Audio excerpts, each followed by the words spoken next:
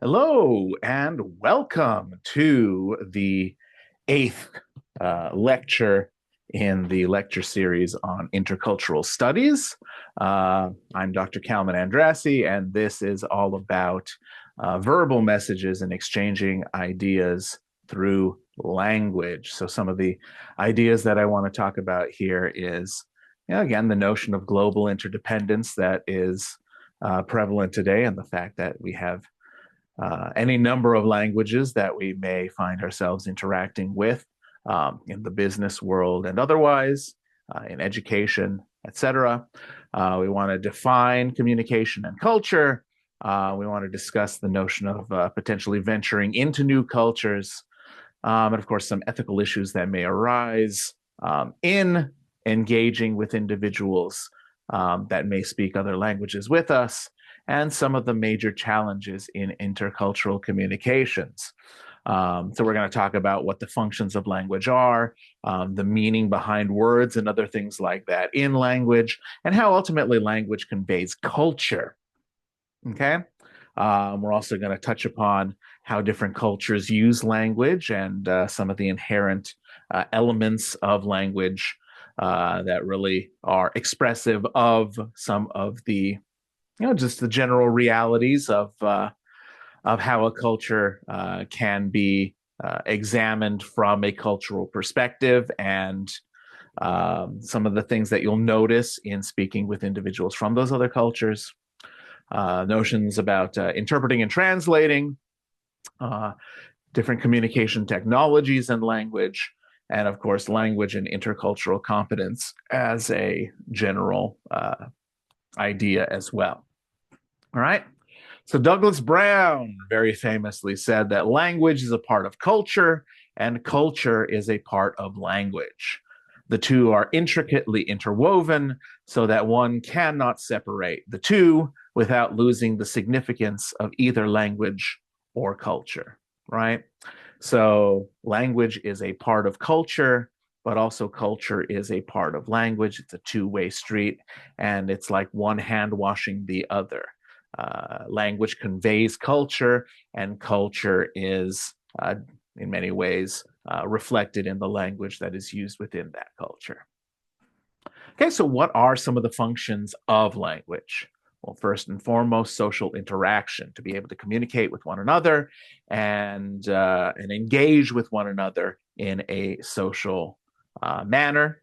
Language is also a tool of social cohesion, right? The way in which you speak, the way in which you utilize your language is oftentimes reflective of uh, various social and cultural elements that come to define who a person is and their role within a culture.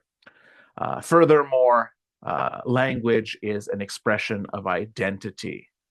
And definitely being able to speak another language than just one's native language allows a person to convey themselves and convey their identity in ways that perhaps they wouldn't be able to if they were only able to speak that one language. Okay, so language allows you to speak, read, write, and listen to others, and even talk to yourself, or in some cases, think. I definitely, most of the time, think in the English language, but I had a Spanish teacher. I didn't take him directly, but his words kind of resonated throughout the high school that I attended. His name was Dr. Paus, and he very famously said, "Piensa en español." So, in thinking about speaking, he suggested that you think in Spanish if you're going to be speaking Spanish. And I also noticed that, if I found myself in situations with my parents who primarily spoke the Hungarian language, or if I found myself in Europe, in places like Hungary or some of the neighboring countries where Hungarian might be spoken, I would often find myself thinking in the Hungarian language more so than in the English language. That is something that's very fascinating about the nature of language. Is it really gets entrenched in a person's personal identity and the way they conduct themselves in general. So, language allows you to verbally convey your internal emotions and relieve stress by simply uttering a phrase or a word. And I definitely find myself uttering phrases from a vast multitude of languages, depending on the appropriate circumstance for that. Okay. Now, as a tool of social cohesion, right, a common language allows individuals to form social groups and bonds and engage in cooperative efforts with other people that speak the same languages, right? Language allows a group of people to maintain a record of cultural values and expectations that bind them. And the maintenance of social relations also relies on language for more than communicating messages. So, for example, right, I have been to Japan now 3 times, and I'm looking to go my 4th time as soon as possible. But there is definitely a certain level of social expectation that comes with expressing one's understanding of the Japanese language, right? I'm still learning the language. I by no means am fluent in the language. But I can't help but feel that the more that I speak the language, the more the cultural norms, the cultural mores seem to apply in the situations. Whereas if I come and I try to speak in English in some sort of a tourist location, a lot of the expectations that are placed on individuals that are more familiar with Japanese society, like natives and individuals that perhaps are related to native Japanese speakers, like I feel like I don't have that same level of expectation placed upon me as a foreigner, right? And I think that's probably the case in other cultures as well. If somebody sees that a person doesn't speak the language, they also probably come to the realization that perhaps the same social norms probably don't apply to them, right?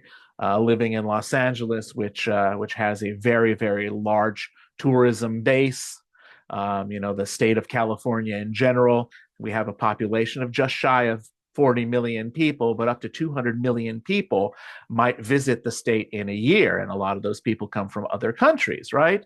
And, you might sit there and judge somebody who's speaking perfect English, but engaging in activities that perhaps are not as socially acceptable, but you give people a buy if they're speaking a completely different language from English, knowing that perhaps they are tourists, perhaps they don't know what the cultural norms are in the United States, and it does really affect those kinds of cultural values and expectations as well, right?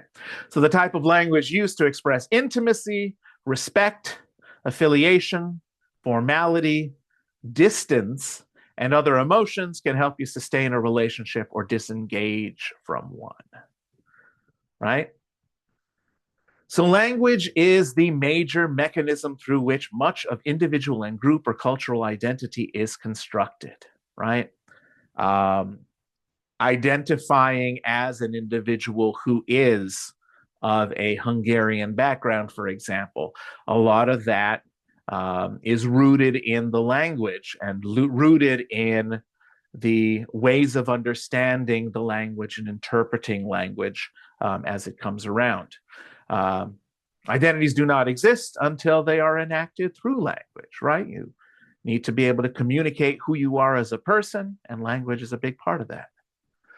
So, language usage and its relationship to identity can also categorize people into groups according to factors such as age and gender, because individuals speak completely differently of different ages.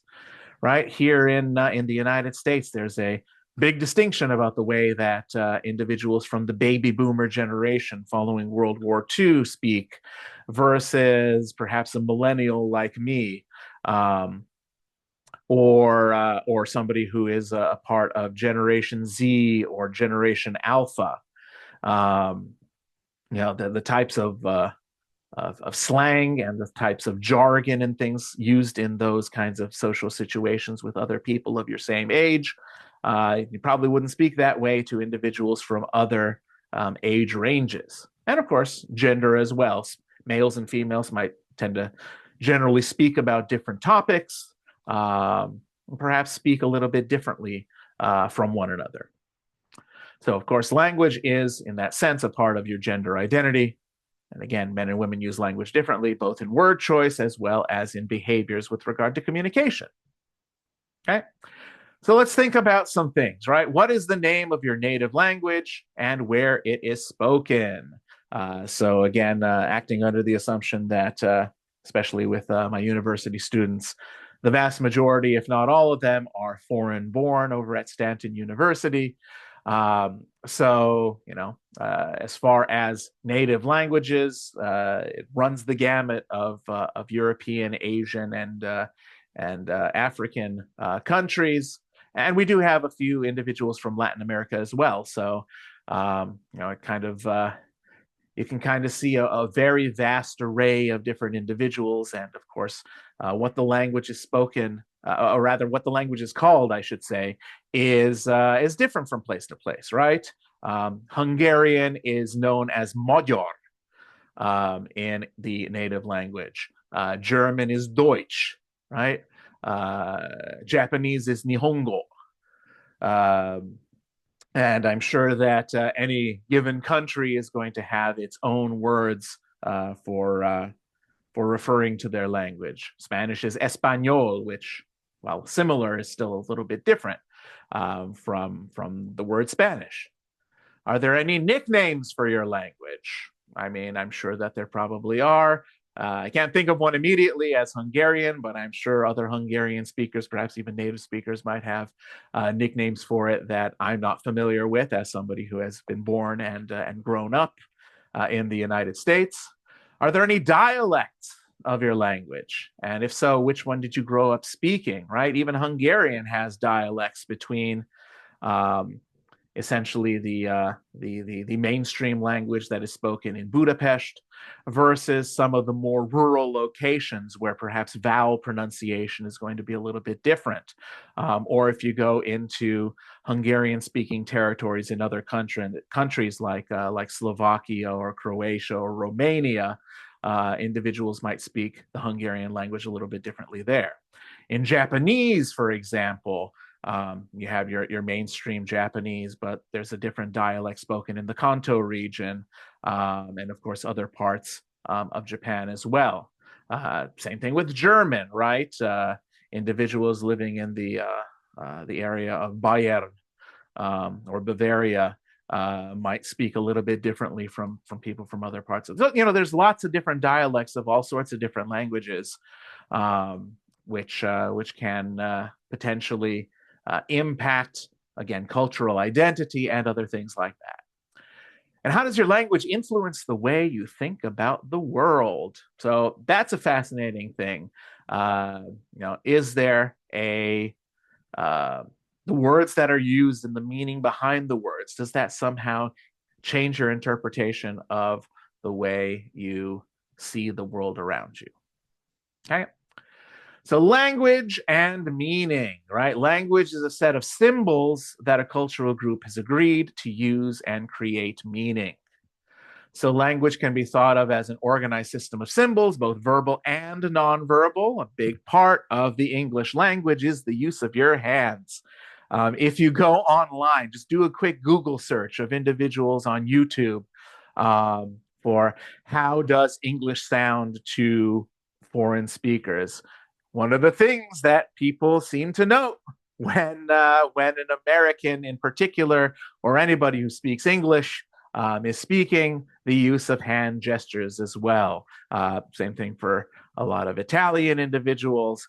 There seems to be certain hand gestures and facial expressions and other things that tend to be characteristic of certain languages, which I think is quite fascinating. So symbols and their meanings are often arbitrary, right? Very often the word that is chosen to be part of it, perhaps there's an etymological basis for it, that perhaps there is some underlying meaning in a different language. But in some cases, sometimes the word just is what it is. And of course, you do have all these different types of language variations. Individuals can speak with accents. They can speak different dialects of languages, but also you have argot and you have slang. Slang, of course, being the informal language that isn't necessarily part of the mainstream communication of the language. Conversational taboos, right? There are sometimes significant cultural restrictions related to the discussion of certain topics or the use of certain words. And generally, those are related to topics like sex, the supernatural, natural, excretion, and death, right? There are what are considered naughty words, cursing or cussing in the English language. And often those things are related to these sorts of topics. I won't repeat them here because, again, it is generally considered taboo to say some of those particular words.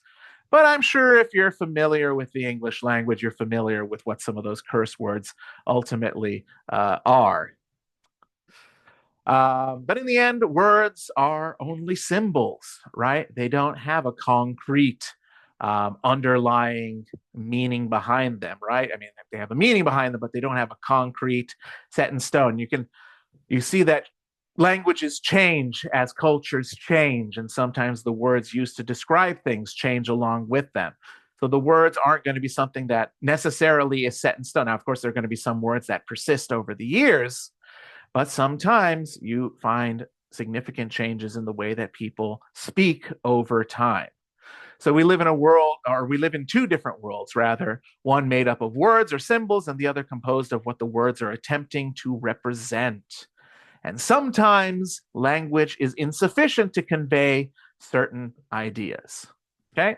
Now, the notion that words are arbitrary. So Solomon and Theiss state that language is arbitrary because there's no inherent reason for using a particular word to represent a particular object or idea. Sometimes in a native language, the word is just the word, and nobody's quite sure where that word ultimately came from, other than perhaps some sort of a proto version of the language before it became what it is today.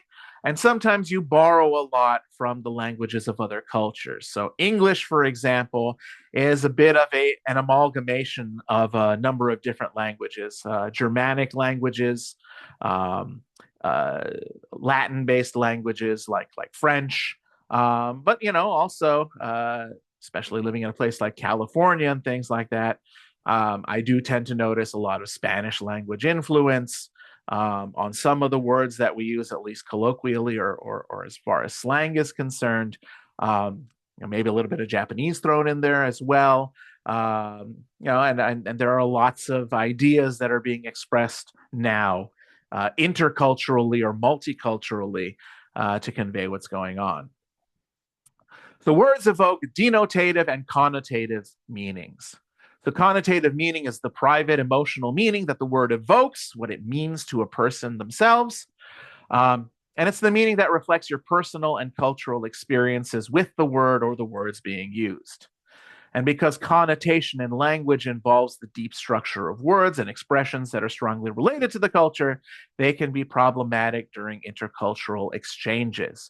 So there are some words that are used, again, perhaps based on a local dialect or something that convey ideas or convey messages that are a little bit different from whatever the mainstream language is. And there might be a disconnect in using that language to speak to people, especially in situations where, an individual that perhaps isn't a native speaker of the particular language that they're attempting to speak, their ideas might not come across as well as if they were to use language that has a certain connotation to it. And of course, vice versa, where individuals speaking to somebody might not necessarily be able to convey their ideas the way that they would with a native speaker that would understand the underlying meaning and connotation behind the language. Okay. Synergy between language and culture here as well. So language is dominant in shaping worldview and perception of reality. And I think that's clear in what we've kind of talked about here. A culture's language vocabulary emphasizes what is important. And, what's really fascinating is I'm often speaking with my parents, um, in Hungarian, and they use a word that perhaps I haven't heard very often, or a word that, is atypical in day-to-day conversation. And I always comment about the potential etymology of it, as somebody that speaks the language fluently, but perhaps isn't exposed to it on a regular basis like a native speaker would be. Just recognizing that, oh, that word has this root meaning. So I wonder how this word came into being. Where the root word here is stone, and that kind of refers to um, the underlying meaning behind what the word ultimately means. If you're strong and stout, perhaps having that underlying meaning uh, is uh, is part of the reason that the word was chosen to be part of the vocabulary. Okay. So while words and meanings differ from one culture to another, thought processes and perceptions of reality also tend to differ, right?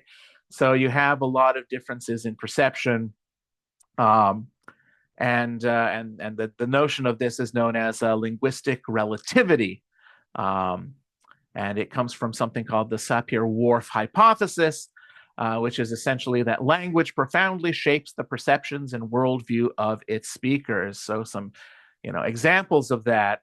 In Spanish, there is a bit of a male orientation in Mexican society, and so you have gendered pronouns like él and la.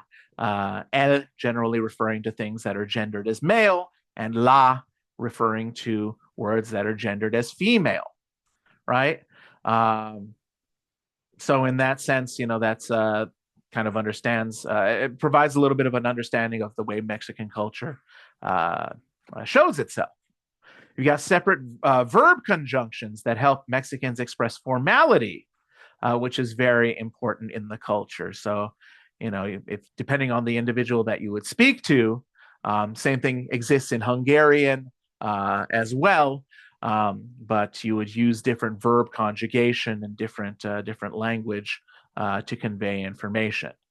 And it also reflects an enjoyment of word play as well in the Spanish language. There's a lot of word play that takes place. So in terms of like conjugation, if you were to speak with somebody that is your friend, um, you would say something like you would use something using the form tu, versus you would use el or ella if you were to be speaking to somebody in a more formal setting. In Hungarian, we have te, which is a reference to another person informally, but there's also maga, um, and other forms of levels of formality that are expressed as well. Northeast Asian cultures, like in China, Korea, and Japan, again, harkening back to some of the earlier discussions, they're very high context cultures. So there's a lot more of a sense of collectivism, and they employ language in an indirect manner in an effort to promote harmonies. They don't often say things straight out the way perhaps an American would say it. And so politeness tends to take precedence over truth. And there's a lot more of an emphasis on formality and hierarchy in those kinds of cultures. And it's kind of the opposite of the Western cultural view, which sees communication as more of an individualistic, self-oriented and self-focused type of language. Arabic. So Arabic is seen as a language that unites and defines a greater Arab community. Language is a function of its history in Arabic culture. There's a lot more of an emotional content, a lot of wordplay and a lot more flowery language used in discussing what would otherwise be mundane topics. Indirectness is used to smooth relations, and you have a lot of repetition and exaggeration used to appeal to emotions in the Arabic language as well, with a focus on the present and a lot of uncertainty of the future. And then, of course, the English language, I is used very frequently in conversation. Again, there's a lot more of an emphasis of individualism in the cultural and the linguistic characteristics of the English language. Language is used to protect your own face rather than the face of others. And again, it promotes individuality. And Americans tend to prefer to be on a first name basis quickly and don't use titles as often, right? Now, under certain, circumstances, you're going to be using titles. I always refer to my physician as Dr. So and so. Most of my students refer to me as Dr. Andrassy.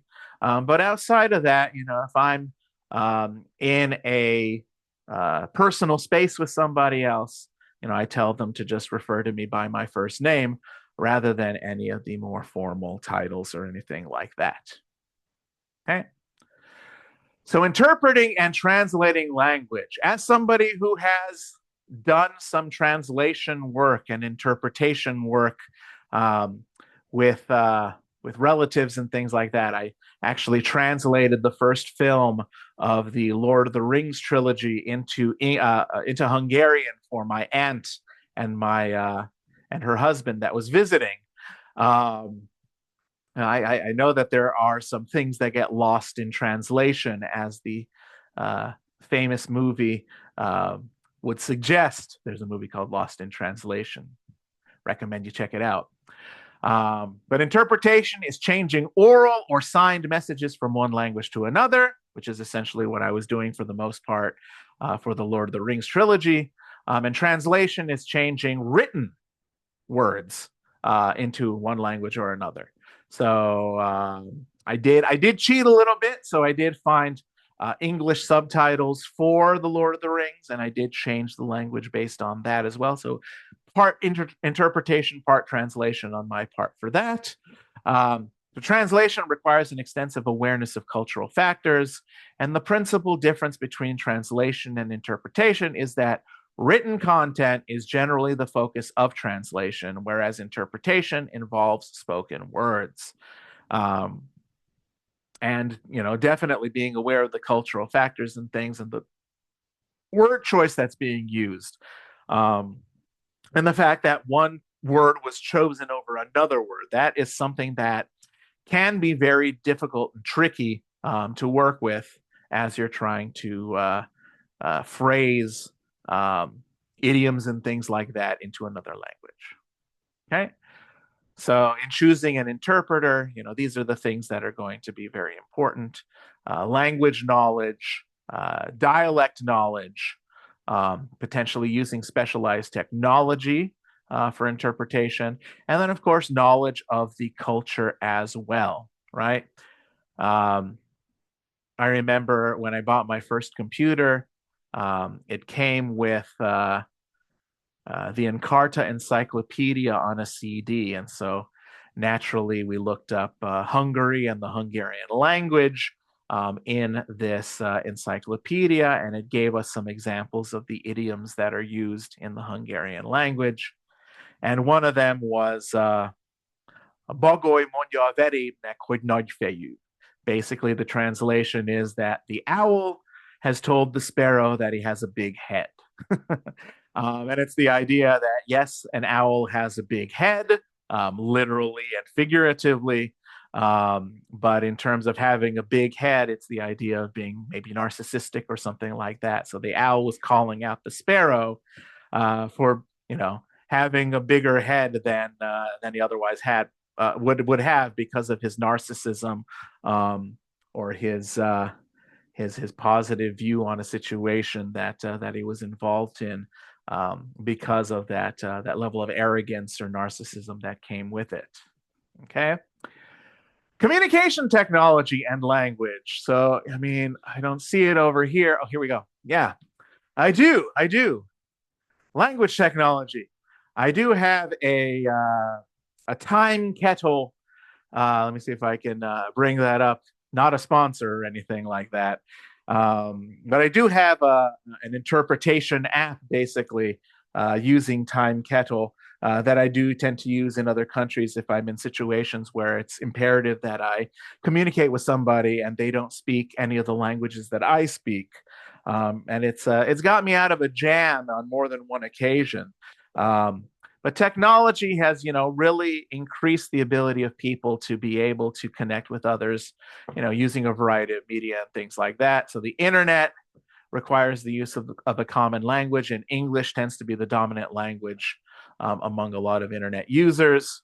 But language also plays a role in the selection of which social media outlets a particular culture favors as well. You'll note that, for example, in the United States, there tends to be a favorable outlook for programs like Skype and Zoom for intercultural communications, whereas in other cultures, different types of applications are used. But also, there are plenty of translation applications available online, and technologies are being released that are getting better and better as time progresses in making some translations. I found that Google Translate has actually been fairly decent at translating the Hungarian language, which translation of English to Hungarian can be a little bit tricky. Hungarian is seen as one of the most difficult languages that an English native speaker is able to speak, but I would think that Google does indeed do a pretty good job of translating conversations, but it isn't perfect. So oftentimes I use a translation app, especially if I'm writing an email, because again, I'm not really used to writing in the Hungarian language on a daily basis. So I want to make sure that I'm conveying certain ideas the way that I should be. So I do oftentimes, type something into Google to translate it.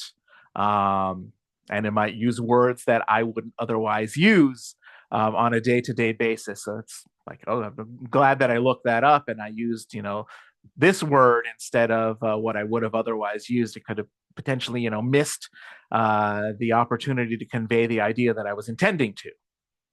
Okay. Language and intercultural competence, right? So improving intercultural interactions can be done by engaging in a couple of simple things. So being mindful of the things that individuals speak about, speech rate, not speaking too quickly or too slowly when you're engaged in intercultural, generally more slowly than otherwise, in engaging in an intercultural interaction. I went to Mexico last year, for example, and oftentimes just, hearing the Spanish language spoken very quickly, my brain isn't able to grasp everything that was said. And it takes me a little bit to kind of like, okay, what exactly was said here?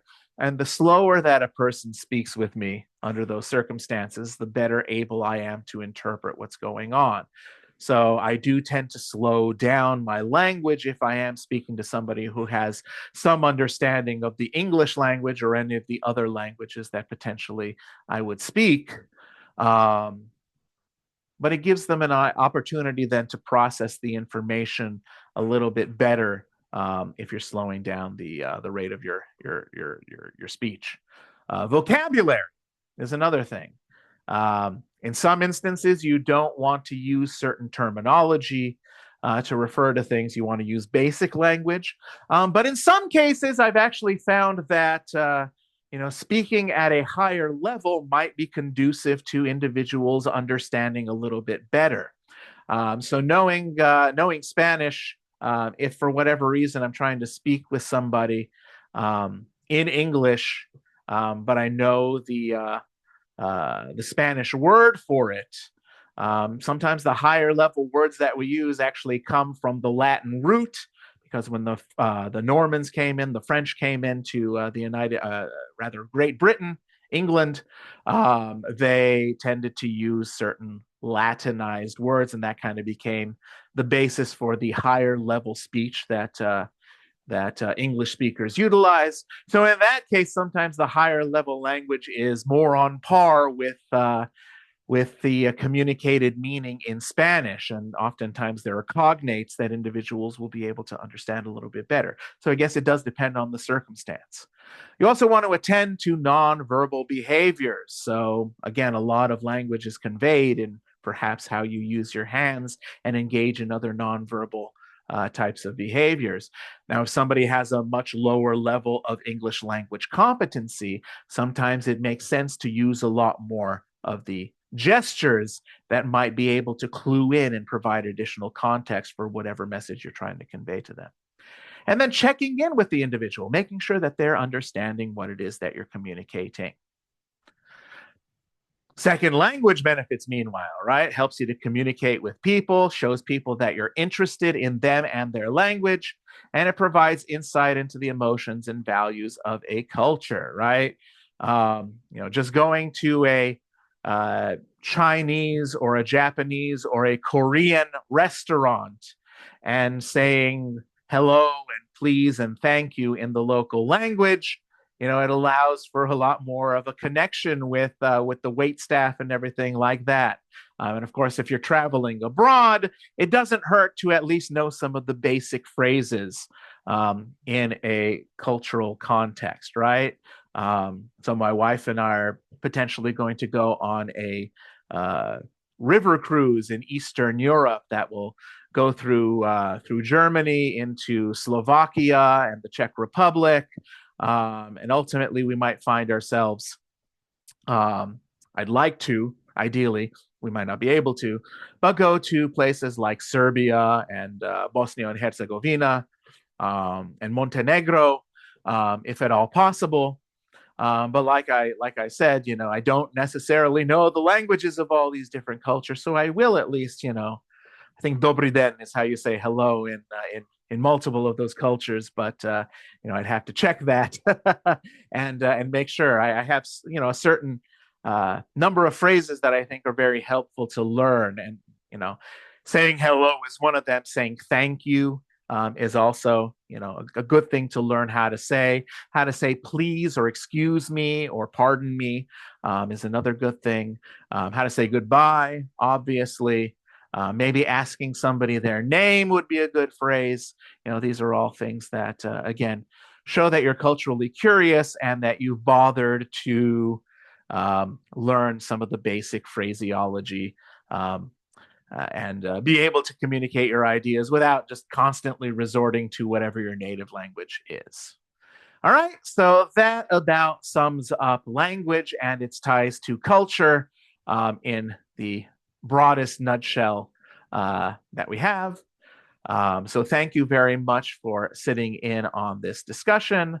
I look forward to the next one, lecture series number 9.